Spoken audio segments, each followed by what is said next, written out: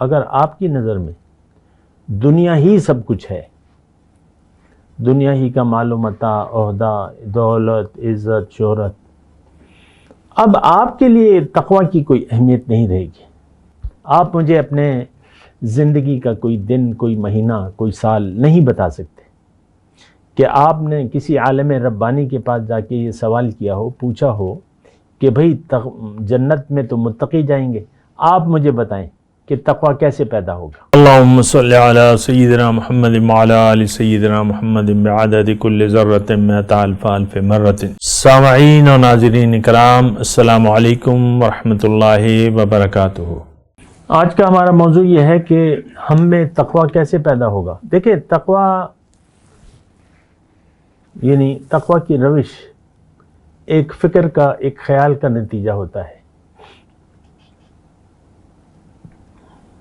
اور یہ بات بھی میں نے آپ کو بتائی ہے کہ ہم سے تقوی کا مطالبہ ہے۔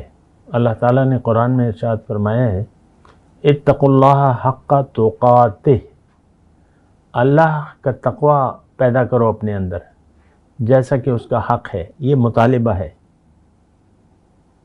فاتقوا اللہ ما استطعتم، جتنا ہو سکتا ہے تم تقوی کی روش کو اختیار کرو، مطالبہ ہے اللہ تعالیٰ کا، کیونکہ والعاقبۃ للمتقین، قرآن کے الفاظ کہہ رہا ہوں، میں اپنی طرف سے کوئی گھڑی گھڑائی باتیں نہیں کر رہا، یہ بات ضرور نوٹ کر لیں، جو بھی ہے قرآن ہے اور اللہ کی عطا سے ہے اور وہ قرآن ہے۔ تو تقوی کیسے پیدا ہوگا؟ تو دیکھیں، یہ میں نے جیسے کہ آپ کو کہا کہ ایک خیال کے نتیجے میں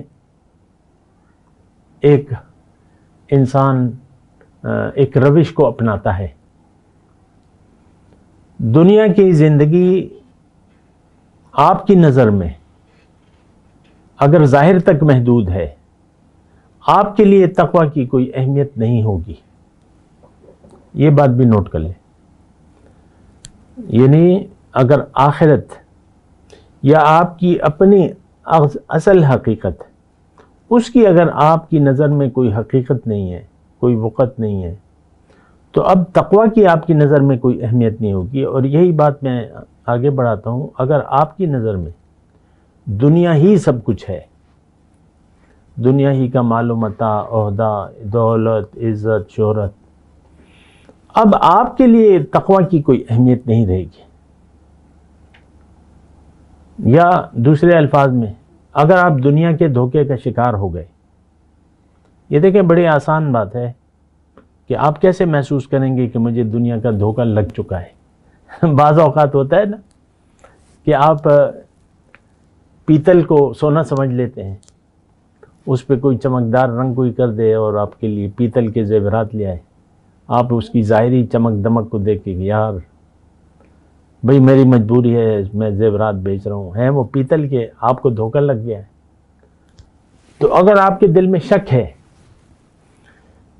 تو آپ جوہری کے پاس جائیں گے، اس کو دکھائیں گے کہ بھئی یہ 50 تولے کے زیور ہیں، میں خرید رہا ہوں، بتاؤ اس کی حقیقت کیا ہے، تو جوہری آپ کو پرکھ کے بتا دے گا۔ لیکن اگر آپ کو دھوکہ پکا لگ گیا ہے، پھر آپ جوہری کے پاس نہیں جائیں گے۔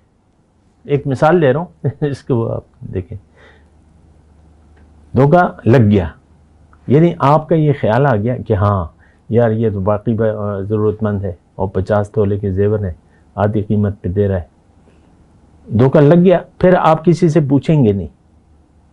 اسی طرح یہ دنیا ہے، اس کا ظاہر ہے، مال، اولاد، عہدہ اور یہ وہ، آپ کو یہ اچھا لگ گیا، اب کسی کے پاس آپ جائیں گے نہیں کہ بھئی یہ مجھے لگ رہا ہے اچھا ہے، آپ بتائیں، کسی عالم ربانی کے پاس آپ نہیں جائیں گے کہ بھئی اس کی حقیقت بتاؤ کہ یہ ہے کیا۔ بس آپ اس کو دل دے دیں گے، اور ہم دل دے دیا ہے بنا سوچے سمجھے، دنیا کو ہم نے دل دے چکے ہیں، ہمارے دل میں اب صرف دنیا ہے، خیال دنیا میں ہم جی رہے ہیں، تحقیق کی ضرورت نہیں ہے۔ اللہ تعالیٰ نے ہمیں کہا ہے کہ بھئی میں نے تمہیں سورہ ملک میں ہے، جعل لکم السمع والابصار والافئدہ قلیلا ما تشکرون، والذی خلقکم وجعل لکم السمع والابصار والافئدہ قلیلا ما تشکرون، سورہ ملک کی آیت ہے کہ دیکھو میں نے تمہیں پیدا کیا ہے اے انسان، تمہیں آنکھیں دی ہیں میں نے، سننے کے لیے کان دیے ہیں، حق سنو، حق کو دیکھو اور حق کے متعلق سوچو، افئدہ، سوچنے کے لیے دل دیا ہے میں نے۔ لیکن افسوس پھر اللہ تعالیٰ فرماتا ہے کہ قلیلا ما تشکرون، بہت کم تم شکریہ ادا کرتے ہو، یعنی سوچ سمجھ سے کامل نہیں لیتے۔ دوسری جگہ اللہ تعالیٰ فرماتا ہے لہم آذان لا یسمعون بہا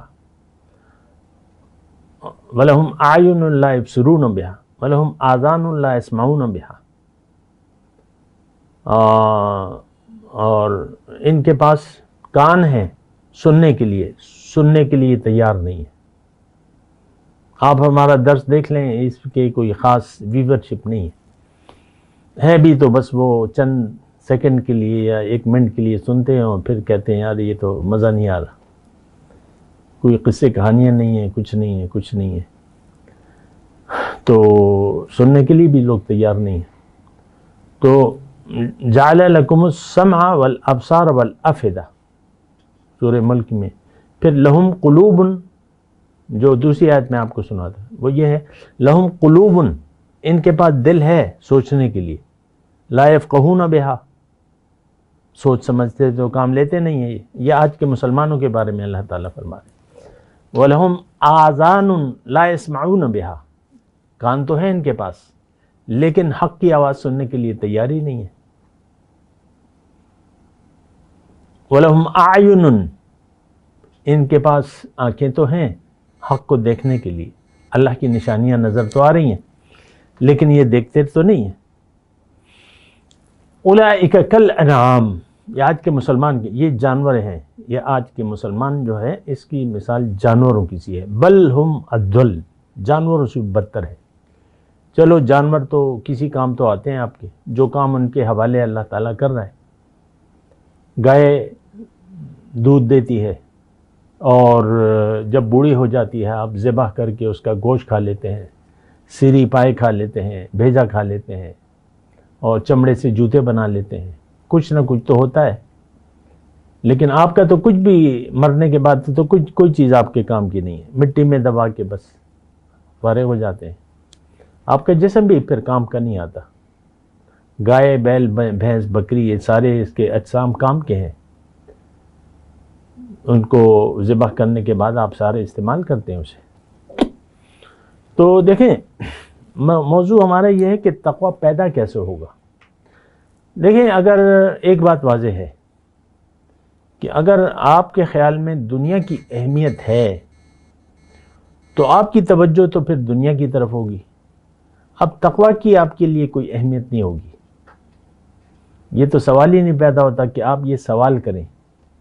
آپ مجھے اپنے زندگی کا کوئی دن، کوئی مہینہ، کوئی سال نہیں بتا سکتے کہ آپ نے کسی عالم ربانی کے پاس جا کے یہ سوال کیا ہو، پوچھا ہو کہ بھئی جنت میں تو متقی جائیں گے، آپ مجھے بتائیں کہ تقویٰ کیسے پیدا ہوگا۔ آپ مجھے نہیں بتا سکتے کیونکہ آپ کی سوچ تو ظاہر تک محدود ہے۔ کس کا سکوپ زیادہ ہے، بچے کہتے ہیں نا سکوپ، کون سی نوکری، کون سی ڈگری لوں کہ زیادہ پیسے کماؤں، فوراً نوکری مل جائے، زیادہ پیسے ملے۔ آپ کی سارا سوچ تو دنیا تک محدود ہے۔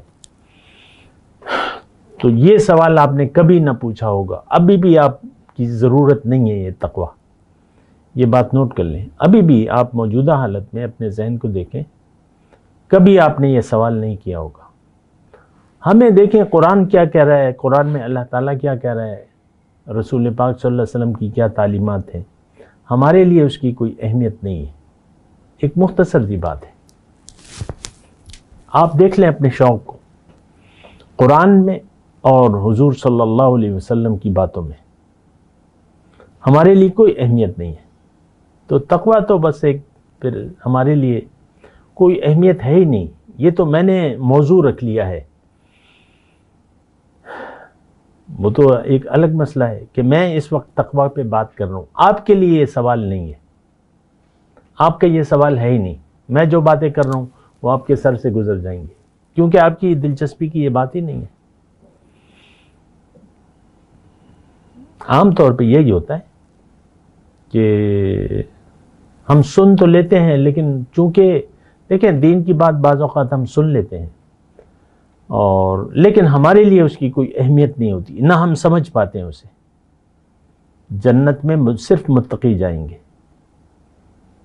ہمارا تو دیکھیں جنت دوزخ یہ ہمارا مسئلہ ہے نہیں، سچی بات تو یہ ہے، یہ ہمارا مسئلہ نہیں ہے۔ ہمارا مسئلہ دنیا ہے فقط، ہمارا جینا مرنا دنیا کے لیے ہے۔ آخرت، قبر، حشر یہ ہمارا مسئلہ نہیں ہے۔ وآخر دعوانا الحمدللہ رب العالمین۔ مولاي صل وسلم دائما ابدا على حبيبك خير الخلق كلهم